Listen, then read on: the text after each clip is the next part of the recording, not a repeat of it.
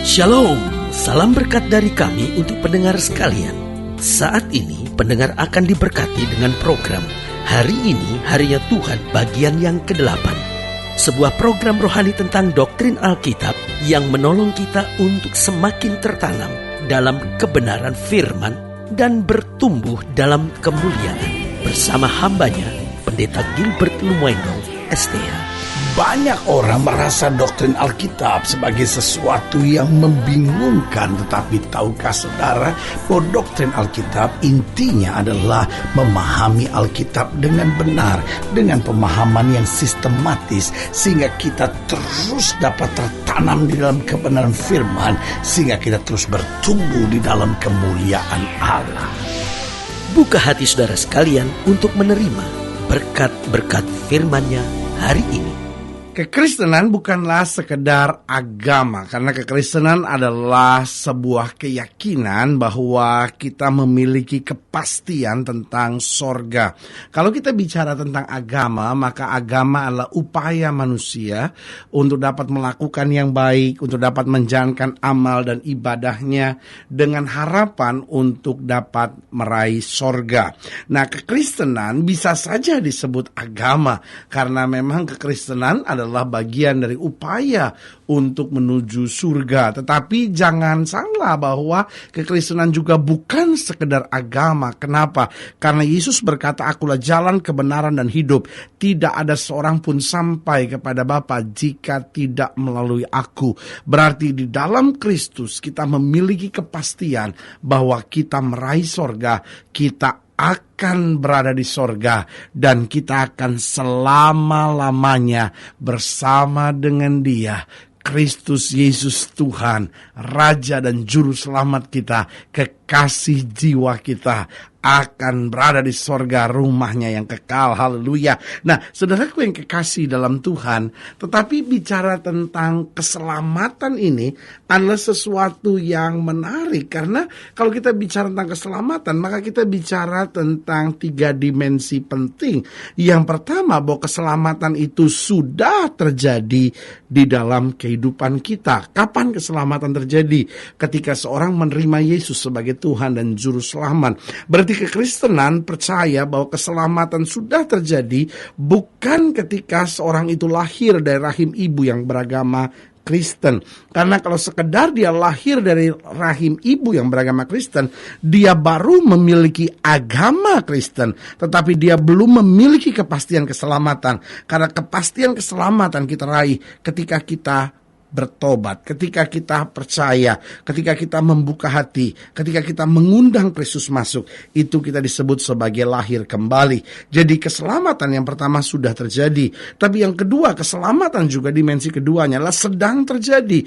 Artinya, meskipun saya sudah menerima Yesus sebagai Tuhan dan Juru Selamat, kita tetap harus mengerjakan keselamatan kita, kata Alkitab, sementara sedang terjadi. Bahwa kita harus hidup suci, hidup berkenan kepada Allah, melakukan firman Tuhan, dan tetap bertahan dalam keadaan apapun untuk mempertahankan iman kita. Tetapi yang ketiga, dimensi yang ketiga tentang keselamatan, jadi sudah terjadi, lalu yang kedua sedang terjadi, dan yang ketiga akan terjadi, atau artinya akan disempurnakan keselamatan kita, yaitu ketika kita akan berjumpa Yesus muka dengan muka. Itu sebabnya walaupun kita bersyukur bahwa kita sudah diselamatkan, kita juga harus berjuang untuk tetap diselamatkan, dan akhirnya kita harus tetap setia sampai kita meraih keselamatan yang kekal itu. Haleluya. Selamat datang dalam program kita Hari Ini Harinya Tuhan, sebuah program rohani yang kembali mengingatkan kepada kita betapa pentingnya kita menjadikan firman Tuhan sebagai dasar keseharian hidup kita. Karena selama kita menjadikan firman Tuhan sebagai dasar keseharian hidup kita, langkah-langkah ke depan kita penuh dengan kepastian, kemenangan, berkat, mujizat, dan perkara-perkara yang besar. Haleluya. Dan dalam program ini kita sedang membahas tentang menantikan keselamatan dari Tuhan. Karena kalau kita bicara tentang menantikan keselamatan dari Tuhan, itu bukan berarti kita belum menerima keselamatan. Tetapi yang sudah saya jelaskan tadi, ada 3 dimensi tentang keselamatan itu. Yang pertama, bahwa keselamatan sudah terjadi. Yang kedua, keselamatan sedang terjadi. Dan yang ketiga, keselamatan kita akan terjadi ketika kita berjumpa Kristus muka dengan muka. Nah, saudaraku yang kasih dalam Tuhan, pembahasan kita hari ini terambil dari Mazmur 119. Masih pembahasan kita dalam pasal terpanjang dalam Alkitab, bisa juga disebut sebagai Mazmur terpanjang dalam Alkitab, yaitu Mazmur 119. Kita pelajari dari ayat yang ke-161. Mazmur 119 ayat yang ke-161 sampai ayat yang ke-168. Demikian firman Tuhan. Pembesar-pembesar mengejar aku tanpa alasan, tetapi hanya terhadap firman-Mu hatiku gemetar. Aku gembira atas janji-Mu, seperti orang yang mendapat banyak jarahan. Aku benci dan merasa jijik terhadap dusta, tetapi Taurat-Mu kucintai. 7 kali dalam sehari aku memuji-muji Engkau karena hukum-hukum-Mu yang adil. Besarlah ketentraman pada orang-orang yang mencintai Taurat-Mu. Tidak ada batu sandungan bagi mereka. Aku menantikan keselamatan daripada-Mu ya Tuhan, dan aku melakukan perintah-perintah-Mu. Aku berpegang pada peringatan-peringatan-Mu, dan aku amat mencintainya. Aku berpegang pada titah-titah-Mu dan peringatan-peringatan-Mu, sebab seluruh hidupku terbuka di hadapan-Mu. Haleluya. Nah, saudaraku yang kekasih dalam Tuhan, dalam Alkitab jelas dikatakan pada ayat yang ke-166 ini, aku menantikan keselamatan daripada-Mu ya Tuhan. Dan karena aku menantikan keselamatan, bagian selanjutnya di ayat ke-166 berkata, aku melakukan perintah-perintah-Mu. Nah, saudaraku yang kekasih dalam Tuhan, penting untuk kita menyadari bahwa dalam hidup ini, meskipun kita sudah diselamatkan, kita tetap sedang mengerjakan keselamatan kita dan akan terus disempurnakan dalam keselamatan kita. Berarti hidup kita, meskipun kita sudah diselamatkan di dalam Kristus, kita tetap dalam posisi menantikan keselamatan yang dari Tuhan itu.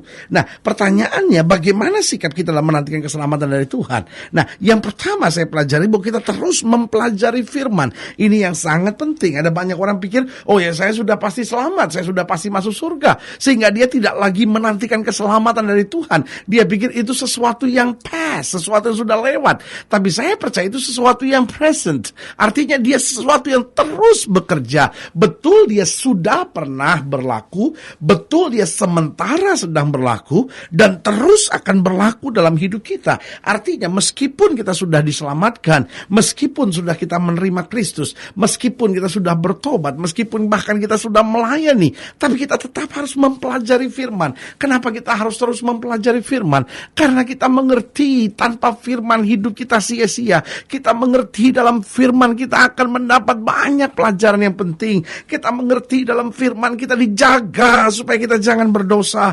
Dalam firman kita dijaga supaya kuat ngadepin tantangan. Kita dalam firman mengerti bahwa kita dapat hikmat dari Tuhan untuk menerai jalan keluar dari segala pergumulan yang kita jalani. Berarti ketika kita menyadari bahwa kita sedang menantikan keselamatan dari Tuhan, hal pertama yang paling penting harus kita kerjakan, kita harus terus mempelajari firman sehingga kita sungguh-sungguh mempraktekkan firman dan akhirnya kita meraih berkat-berkat yang luar biasa dari firman tersebut.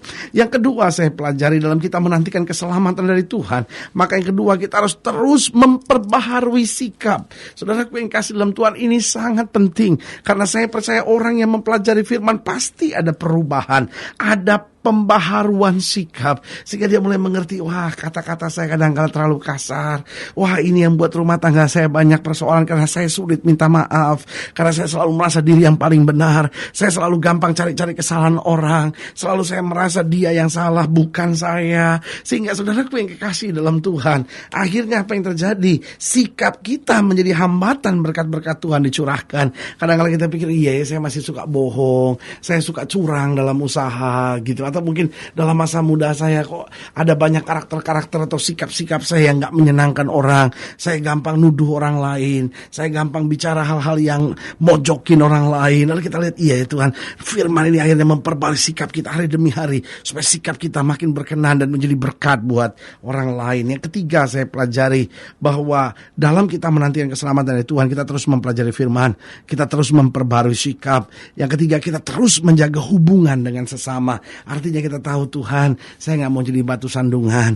Tuhan, saya gak mau lewat hidup saya orang akhirnya menertawakan kekristenan, orang menertawakan nama Yesus. Karena saudaraku yang kasih dalam Tuhan, ada banyak orang yang menyebut dirinya Kristen, tapi hidupnya gak jadi berkat buat orang.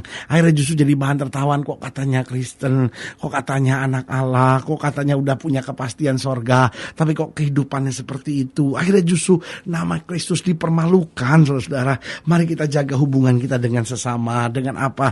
Dengan menjaga lidah dan perkataan kita. Bagaimana kita menjaga hubungan dengan sesama, bagaimana kita tidak hanya mencari keuntungan dari orang lain, tapi kita berusaha untuk senantiasa dimanapun kita berada, kita bawa damai, kita bawa sejahtera, kita nyatakan kasih Allah, sehingga hidupmu boleh memberkati orang lain. Jadi ingat, kita harus terus mempelajari firman, kita harus terus memperbaharui sikap, kita harus menjaga hubungan dengan sesama supaya nama Kristus dipermuliakan. Dan yang keempat, kita harus terus bekerja keras. Ini penting sekali. Kenapa? Karena kita harus terus bekerja keras untuk tetap menjaga langkah kita sesuai dengan firman. Kita harus bekerja keras untuk semakin banyak jiwa kita selamatkan, supaya lewat hidup kita banyak jiwa-jiwa boleh mengalami cinta Tuhan. Kita harus bekerja keras untuk meluaskan pekerjaan Tuhan, supaya lewat kehidupan kita lihat pekerjaan Tuhan mulai dibangunkan. Saudara-saudara yang di kampus, saudara-saudara yang di dalam pekerjaan, saudara-saudara ibu-ibu rumah tangga, ayo mari bangun sesuatu untuk pekerjaan Tuhan.